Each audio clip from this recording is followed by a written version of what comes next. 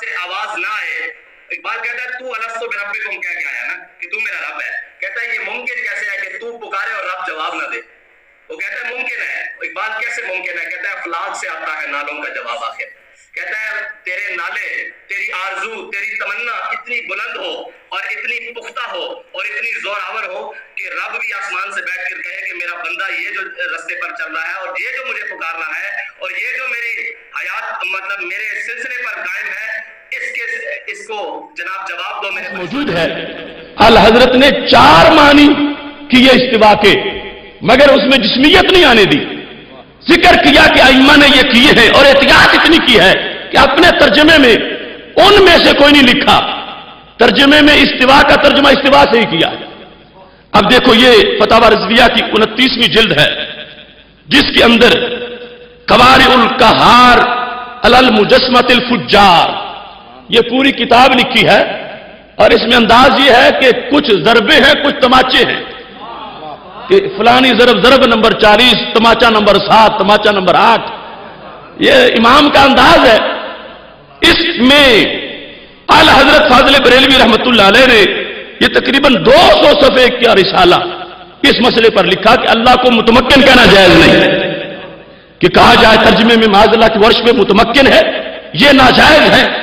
اس کے لحاظ سے اعلی حضرت فاضل بریلوی رحمۃ اللہ علیہ کا جو انداز ہے وہ بڑا منفرد انداز ہے. 4 تعویلیں ذکر کی کہ کچھ لوگوں نے استوا بمعنی غلبہ لیا، کچھ لوگوں نے استوا بمعنی علو لیا، کچھ لوگوں نے استوا بمعنی قصد کیا، کچھ لوگوں نے استوا بمعنی فراغت کیا. لیکن اعلی حضرت نے ترجمہ کرتے وقت ان میں سے کوئی بھی ذکر نہیں کیا. استوا کا ترجمہ استوا ہی سے فرمایا ہے. نعرہ تکبیر، نعرہ رسالت، نعرہ رسالت، فیض رضا، فیض رضا، فیض رضا، فکر رضا. اس سلسلہ میں اب یہ دیکھو امام غزالی الاقتصاد فی الاعتقاد اس کے اندر کیا فرماتے ہیں. امام غزالی کا قول ہے، یہاں انہوں نے لکھا ان اللہ تعالی منزہ ان یوصف بالاستقرار علی العرش فإن كل متمکن علی جسم ومستقر علیہ مقدر لا محالۃ. تو امام غزالی رحمت اللہ علیہ نے یہ لکھا ہے کہ اللہ تعالیٰ اس سے پاک ہے کہ اسے عرش پر مستقر کہا جائے یا عرش پہ متمکن کہا جائے. نہ متمکن کہنا جائز ہے اور نہ ہی مستقر کہنا جائز ہے، اس واسطے کہ اس سے جسم ہونے کا معاذ اللہ وہم پڑتا ہے. ایسے ہی ہم جو درس نظامی میں یہ علماء بھی جانتے ہیں، طلباء بھی جانتے ہیں، شرح عقائد پڑھتے پڑھاتے ہیں. عقائد کا متن دیکھ لو اور پھر اس کی شرح دیکھ لو.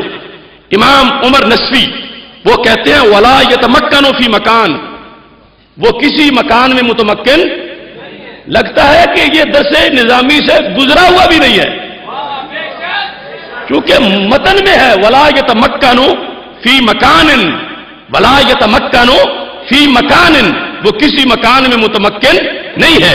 یہ شرح عقائد جو ہے اس کے 32ویں صفحے پر ہے اور اس کے اندر امام تفتازانی کی جو شرح ہے متن عمر نسوی کا ہے اور شرح کے اندر جو انہوں نے لکھا انہوں نے کہا لأن التمکن عبارت عن نفوذ بعد فی بعد آخر متوہم اور محقق.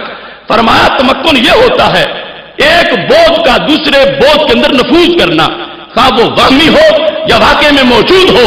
تو یہ جسم کی شان ہوتی ہے اور اللہ تعالیٰ جسم کی شان سے پاک ہے. اس بنیاد پر فرمایا کہ اس کے لیے لفظ متمکن بولنا جائز نہیں ہے.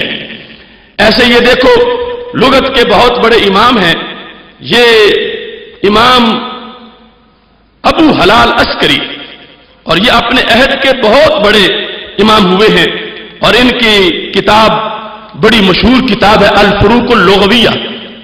لغوی فرق انہوں نے مختلف مقامات کے لحاظ سے بیان کیے ہیں اور یہ اتنے پرانے امام ہیں، یعنی سن 400 ہجری ان کی تاریخ وصال ہے. انہوں نے اپنی کتاب کے اندر قادر اور متمکن کا فرق لکھا.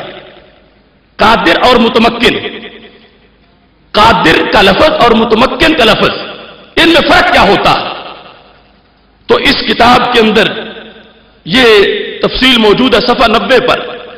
الفرق بین القادر والمتمکن ان التمکن مضمن بالآلۃ والمکان الذي يتمكن فيه ولهذا لا تجوز الصفات به علی اللہ تعالی. قادر اور متمکن میں فرق یہ ہے کہ قادر کے لیے مکان کا ہونا ضروری نہیں، متمکن کے لیے مکان کا ہونا ضروری ہے. اس واسطے کا اللہ کو قادر تو کہہ سکتے ہیں مگر اللہ کو متمکن نہیں کہہ سکتے. یہ فرق بیان کیا قادر اور متمکن کے لحاظ سے، اور یہ واضح کیا کہ رب ذوالجلال کی ذات پر اس لفظ کا اطلاق کرنا جائز نہیں ہے. ایسے ہی تفاسیر کے لحاظ سے اگر دیکھتے ہو تو یہ امام بیضاوی جلد نمبر 3 ہے تفسیر بیضاوی کی، اس کے اندر ارشاد فرماتے ہیں والمعنى ان له تعالى استواء على العرش على الوجه الذي اناه منزها عن الاستقرار والتمكن.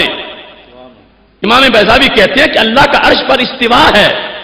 کیسا؟ فرمایا جو پاک ہے کس سے؟ تمکن سے، اور پاک ہے استقرار سے. استواء کا معنی یہ بھی نہیں کر سکتے قرار پکڑا، یہ بھی نہیں کر سکتے تمکن پکڑا، متمکن ہوا. اس واسطے کہ یہاں پر یہ اجسام والے جو ذوات ہوتی ہیں ان کے لیے یہ لفظ بولا جاتا ہے، قرار پکڑنا اور تمکن کا لفظ بولا جاتا ہے. چونکہ اللہ جسم سے پاک ہے لہذا خالق کائنات جل جلالہ کو عرش پہ متمکن کہنا جائز نہیں ہے. ایسے ہی اس کی وضاحت میں ہمارے ہاں یہ قول ہے شعب ایمان کے اندر امام بہقی کا، جس میں انہوں نے گمراہ لوگوں کا ذکر کیا کہ گمراہ کون کون سے لوگ ہیں. کہا منہم من قال انہ جسم، گمراہوں میں سے ایک وہ طبقہ ہے جو کہتا ہے کہ اللہ کا جسم ہے. ومنہم من اجاز ان یکون علی العرش قائدا، اور ان میں سے ایک گمراہ طبقہ وہ ہے جو اللہ کو عرش پہ بیٹھا ہوا مانتا ہے، بیٹھا ہوا مانتا ہے. اب جیسے بیٹھا ہوا ماننا ناجائز ہے ایسے قائم ماننا بھی ناجائز ہے. اور یہاں پر یہ کہا کہ کل ذالک فی وجوب اسم الکفر لقائلہ کالتعطیل والتشریک. کہنے لگے جن لوگوں نے اللہ کو عرش پہ قائد کہا کہ بیٹھا ہوا ہے اور اس سے ملتا ہوا لفظ ساتھ کھڑا اور قائم ہے، امام نے کہا ان لوگوں پر کفر کا نام بولنے میں کوئی مذائقہ نہیں. یہ ایسا ہی کفر ہے جیسے اللہ کو معطل کہنے والے کفر کرتے ہیں یا اللہ کا شریک ماننے والے جو کفر کرتے ہیں. ایسے ہی یہ قول کرنا کہ وہ عرش پہ قائد ہے، اس کو بھی انہوں نے کفر کے ہم پلہ اور اس کے برابر قرار دیا ہے. اسی چیز کو ہمارے ائمہ میں سے امام ابن حمام انہوں نے عقائد کی اپنی کتاب کے اندر یہ ذکر کیا ہے مسایرہ، جس کی شرح مسامرہ ہے. اس کے اندر امام کا قول دیکھو، یہاں پر جو متن ہے اس میں بھی اس چیز کو واضح کیا گیا مسایرہ کے اندر اور پھر شرح کے اندر بھی. متن کیا ہے؟ الرحمن علی العرش استوى. اس کا مطلب کیا ہے؟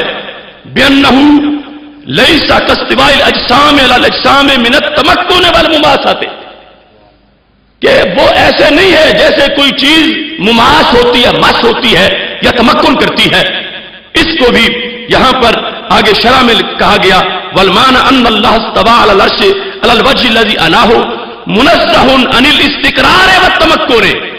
اللہ استقرار سے بھی پاک ہے اور تمکن سے بھی پاک ہے.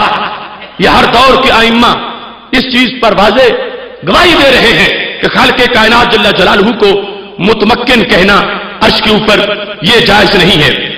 اب اس مقام کو اگر ہم اس کا خلاصہ اختصار کے ساتھ بیان کریں تو چند چیزیں اس میں بڑی واضح طور پر نظر آتی ہیں اور ان کو بھی میں اختصار سے آپ کے سامنے پیش کر دیتا ہوں.